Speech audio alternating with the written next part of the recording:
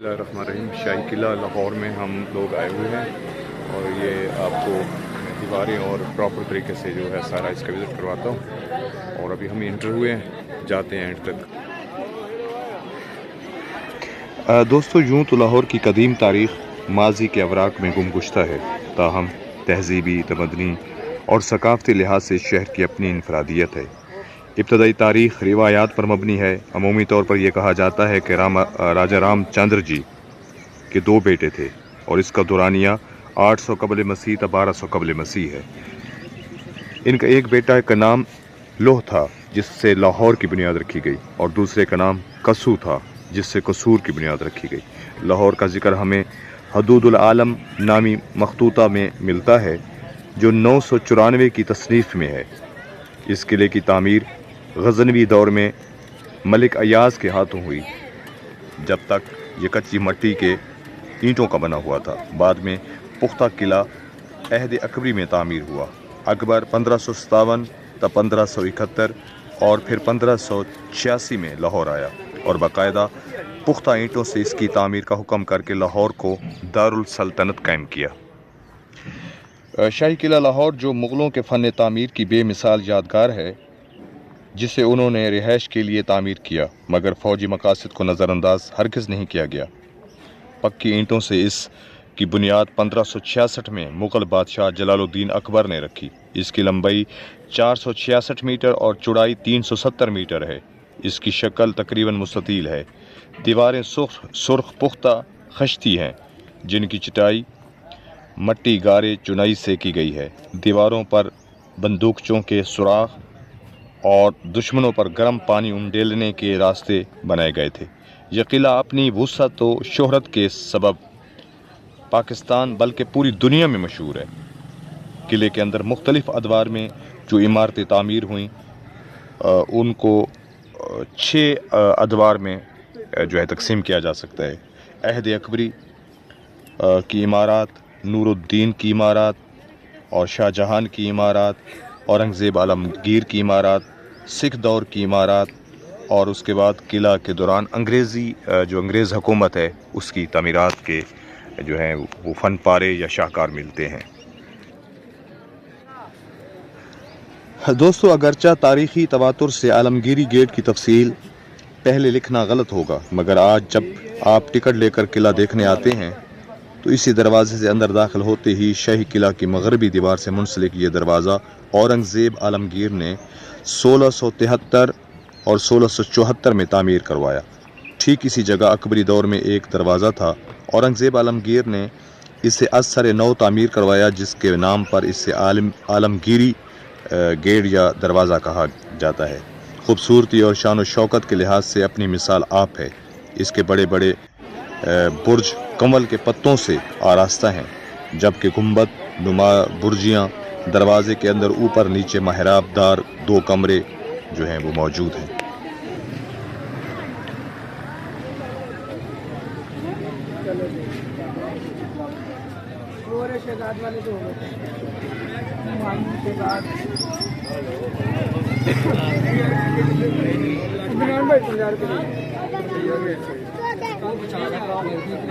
اور دوستو قلعے کی جنوبی دیوار کو برطانوی عہد میں توڑ کر سیڑھیاں اوپر چبوترے بنا دیے تاکہ قلعہ دوبارہ دفاعی مقاصد کے لیے استعمال نہ ہو سکے۔ اس دیوار کے شمال میں دھیان سنگھ کی بارادری تھی جو اب منہدم ہو چکی ہے۔ اسی بارادری اور دیوار کے اوپر مختلف قسم کے فوارے لگے ہوئے تھے۔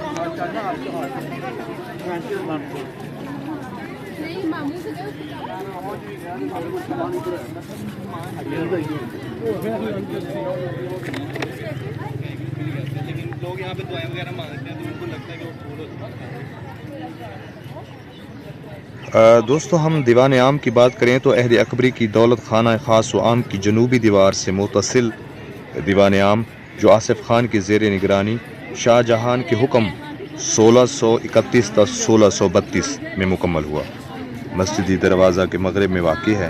یہ سنگ سرخ کے 40 ستونوں پر مشتمل خوبصورت عمارت ہے جس کی لمبائی 62 میٹر اور اونچائی 11 میٹر ہے۔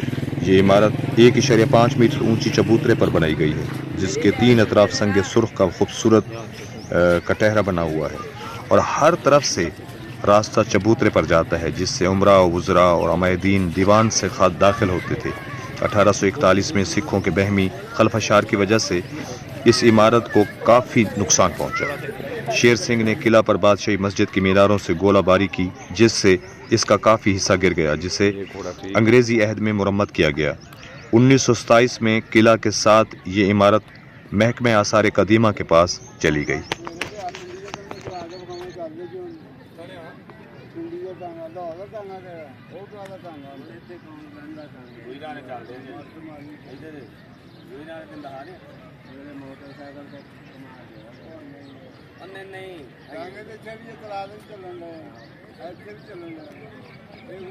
مستی دروازہ، اکبری حمام، پینے کا صاف پانی، حویلی کھڑک سنگھ، بیت الخلاء، جہانگیری احاطہ۔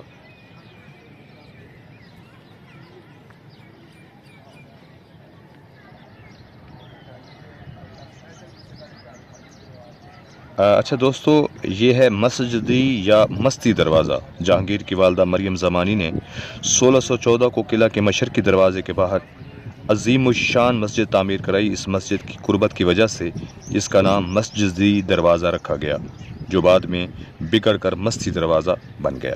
یہ دروازہ 1566 میں تعمیر ہوا، جس کے دونوں اطراف مسمن برج ہیں اور مدافعت کے لیے دندانے دار جو ہے وہ فصیل ہے۔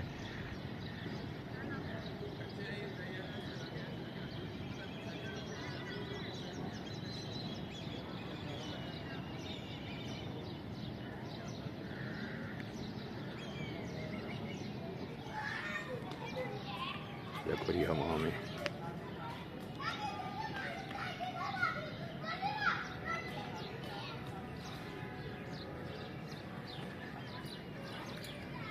دوستو، احاطہ جہانگیری کے جنوب مغربی کونا میں قطار اندر قطار کمرے ہیں، جن کے آخر میں بجانب شمال ایک خوبصورت کمرہ ہے اور شاہی زنانہ حمام جو اکبری عہد سے متعلق ہے۔ اس حمام میں خوبصورت مصوری کی گئی ہے جس پر اکثر خواتین اور پریوں کی تصاویر۔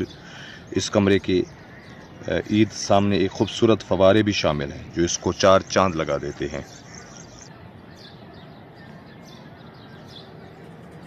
دوستو، دیوان خاص کی اگر ہم بات کریں تو منبت کاری سے مزید سفید سنگ مرمر کی یہ خوبصورت عمارت خوابگاہ شاہ جہانی کے بالمقابل قلعہ کی شمالی دیوار کے اوپر بنائی گئی ہے، جس کا رقبہ 16.5 بائی 16.5 میٹر اور اونچائی 6 میٹر ہے۔ یہ عمارت 1645 میں تعمیر ہوئی۔ اس کے عین وسط میں پیالہ نما فوارہ ہے جو ایک ہی پتھر کی سیل کو تراش کر بنایا گیا ہے۔ دوستو، اس عمارت کو سکھوں اور انگریزوں کے دور میں نقصان پہنچانے کے باوجود قلعہ لاہور کی خوبصورت ترین عمارت شمار ہوتی ہے۔